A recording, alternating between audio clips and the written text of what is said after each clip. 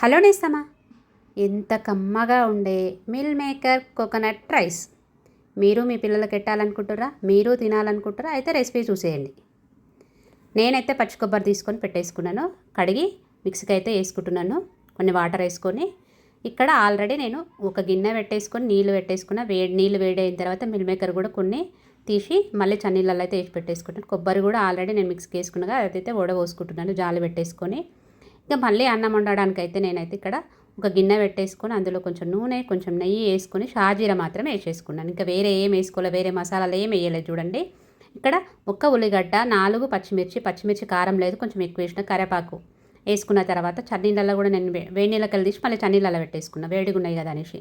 అవి పిండి పక్కకు పెట్టేసుకున్నాను. మిల్ మేకర్ కూడా, మిల్ మేకర్ వేసిన తర్వాత నేను కొంచెం అల్లం వెల్లుల్లి పేస్ట్ వేసి మిల్ మేకర్ కూడా వేసిన తర్వాత ఒక్క నిమిషం అయితే మగ్గ పెట్టేసుకున్నాను.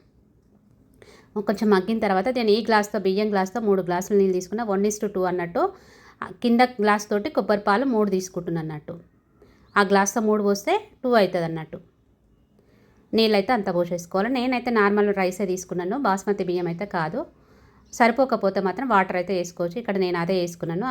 కొబ్బరి పాలు పోసుకున్న తర్వాత నేనైతే కొంచెం ఉప్పు వేసుకున్నాను. తర్వాత కొంచెం గరం మసాలా అయితే వేసుకొని, బిర్యానీ మసాలా, గరం మసాలా కాదు సారీ, బిర్యానీ మసాలా వేసుకొని కలుపుకున్నా.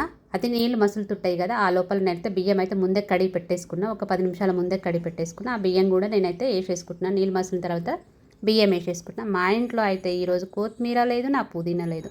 బియ్యం వేసిన తర్వాత నేనైతే కొంచెం కలుపుకున్నాను.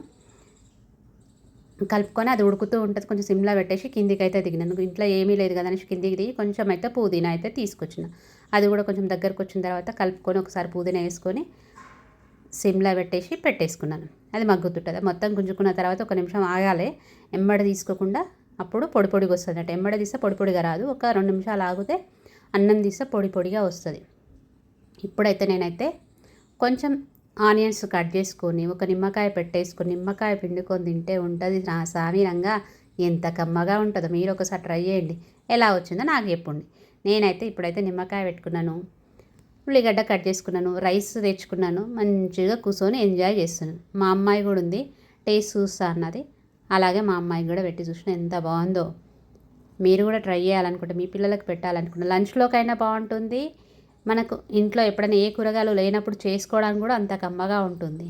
హెల్దీగా కూడా చాలా మంచిది కదా, ఎందుకంటే పచ్చి కొబ్బరి, మిల్ మేకర్ కాబట్టి. ఇంకా వేరే ఇంట్లో వేరే ఏం మసాలాలు కూడా కలపలేదు కాబట్టి ఎవరికైనా ఎవరు తిన్నా మంచిగా ఉంటుంది, టేస్టీగా కూడా బాగుంటుంది. చిన్నపిల్లలకు కూడా పెట్టవచ్చు, అంత బాగుంటుంది. మీకు కూడా నచ్చిందా? అయితే లైక్ చేయండి.